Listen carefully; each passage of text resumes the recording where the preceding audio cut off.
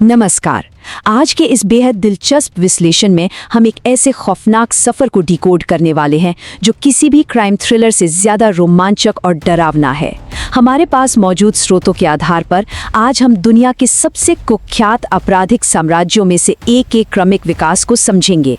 डोंगरी की तंग गलियों से लेकर ग्लोबल टेररिज्म तक का ये पूरा सफर आइए बिना किसी देरी के शुरू करते हैं। तो आइए सीधे इस दिलचस्प तुलना से शुरुआत करते हैं। ये अपने आप में एक पूरी कहानी बयां कर देती है। एक तरफ है इब्राहिम कास्कर, आज़ाद मैदान पुलिस स्टेशन के सीआईडी विभाग के एक बेहद ईमानदार हेड कांस्टेबल, एक ऐसे इंसान जिन्होंने जिंदगी भर अपनी वर्दी, अपनी इज्जत और उसूलों की रोटी खाई।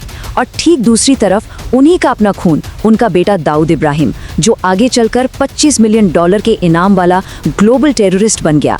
ये देखना वाकई हैरान करता है कि जिस पिता की वर्दी जीवन भर कानून की हिफाजत करती रही, उसी की छत के नीचे कानून का सबसे बड़ा भक्षक कैसे पैदा हो गया। तो शुरुआत करते हैं हमारे पहले हिस्से से, द कॉन्स्टेबल्स सन। जरा सोचिए, 60 के दशक का डोंगरी, जहां गरीबी और जराइम मानो एक ही चादर ओढ़कर सोते थे। एक हेड कांस्टेबल की तनख्वाह से इतने बड़े परिवार का पेट भरना मुश्किल तो था, लेकिन घर में ईमानदारी बरकरार थी।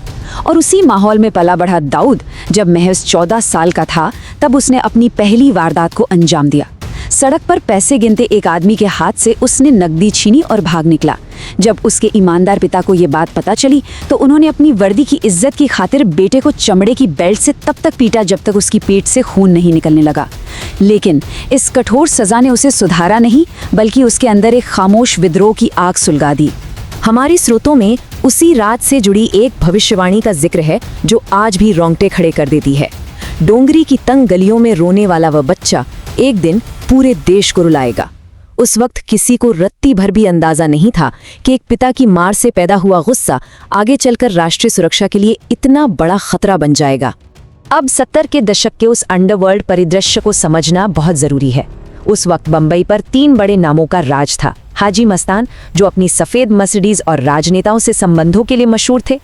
दूसरे, कांडला पोर्ट के बादशाह यूसुफ पटेल। और तीसरे, पठान गैंग के खूंखार सरगना करीम लाला। लेकिन इस पूरे गेम में सबसे बड़ा उत्प्रेरक यानी कैटलिस्ट क्या साबित हुआ? सोने पर 400% कस्टम ड्यूटी। अचानक से सोने की तस्करी एक बहुत बड़ा धंधा बन गई। दाऊद ने बिल्कुल इसी समय अंडरवर्ल्ड में कदम रखा। एक पुलिस वाले का बेटा होने का फायदा उठाते हुए उसने बहुत ही चालाकी से कस्टम अधिकारियों और पुलिस के साथ एक आपसी फायदे का रिश्ता बनाया।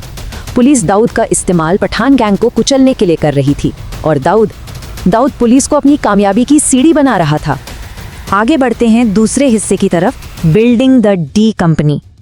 अब जो बात सबसे ज्यादा हैरान करती है वो ये है कि डी कंपनी कोई आम गली मोहल्ले का गिरोह नहीं था। दाऊद ने समझ लिया था कि वो दूसरों के लिए काम करके बंबई पर राज नहीं कर सकता, तो उसने क्या किया? उसने इसे एक मल्टीनेशनल कॉर्पोरेट स्ट्रक्चर की तरह खड़ा किया। बिल्कुल किसी बड़ी कंपनी की तरह इसके अलग अलग विभाग बटे हुए थे, रियल एस्टेट, हफ्ता वसूली और बॉलीवुड फिल्मों की फाइनेंसिंग। और सबसे खौफनाक बात, इसका बाकायदा अपना एक बोर्ड ऑफ डायरेक्टर्स था, जिसमें टाइगर मेमन और छोटा शकील जैसे तेज दिमाग शामिल थे। ये एक बेहद ही व्यवस्थित और निर्मम बिजनेस मॉडल था। तीसरा हिस्सा, ब्लड इन द स्ट्रीट्स।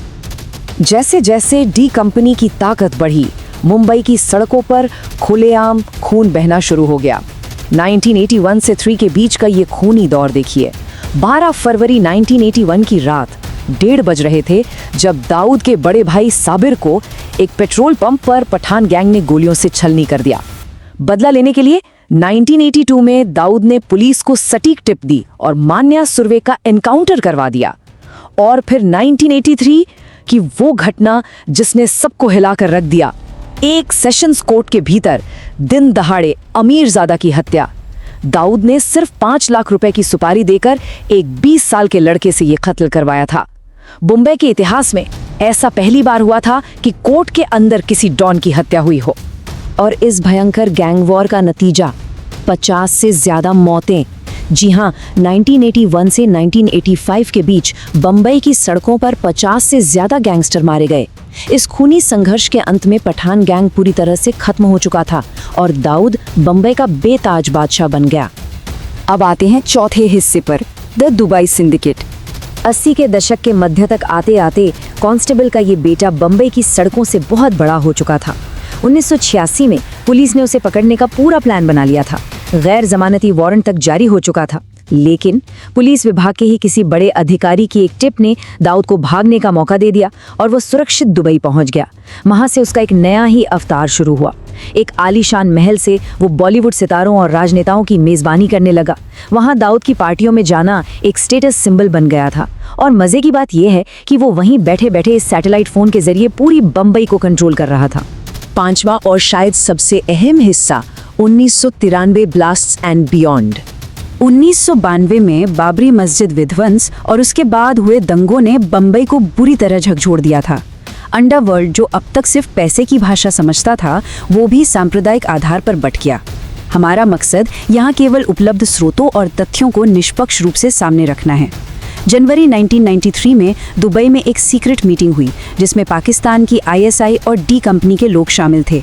इसका खौफनाक परिणाम क्या हुआ? 3000 किलोग्राम RDX और हथियार, जिन्हें समुद्री रास्तों से बिना किसी रोक टोक के उतारा गया। और उस 3000 किलो बारूद का जो विनाशकारी अंजाम हुआ, वो इस दुखद आंकड़े में दर्ज है, 257। 12 मार्च 1993 को बम्बई में 12 अलग अलग जगहों पर एक साथ धमाके हुए। इन धमाकों में 257 निर्दोष नागरिकों की जान चली गई और 1400 से ज्यादा लोग घायल हुए।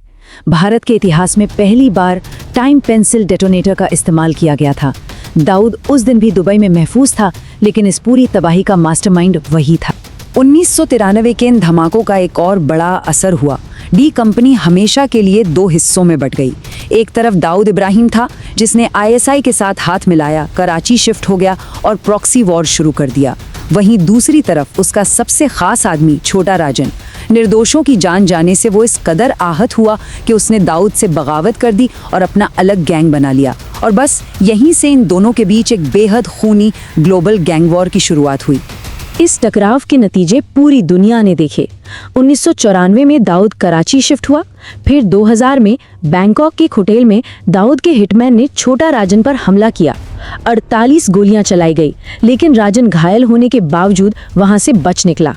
इसके बाद 2003 में संयुक्त राष्ट्र ने दाऊद को आधिकारिक तौर पर ग्लोबल टेररिस्ट घोषित कर दिया और उस पर $25 मिलियन का इनाम रखा। वहीं दूसरी ओर 27 साल तक भागने के बाद 2015 में छोटा राजन इंडोनेशिया के बाली में पकड़ा गया। तो अब हम इस विश्लेषण के बिल्कुल अंत पर आ गए हैं और ये पूरी कहानी एक बहुत ही गहरा सवाल छोड़ जाती है। एक ईमानदार पुलिस कांस्टेबल के घर से शुरू हुआ सफर ग्लोबल टेररिज्म के सबसे बड़े चेहरे पर आकर टिक गया है। आज वो शख्स कराची के एक सफ़ेद महल में बैठकर अंतर्राष्ट्रीय कानून की धज्जियां उड़ा रहा है। तो सवाल ये उठता है कि क्या इंसाफ के हाथ कभी उस तक पहुंच पाएंगे? ये एक ऐसा सवाल है जो अंतर्राष्ट्रीय न्याय प्रणाली की सीमाओं पर हमें गहराई से सोचने को मजबूर करता है।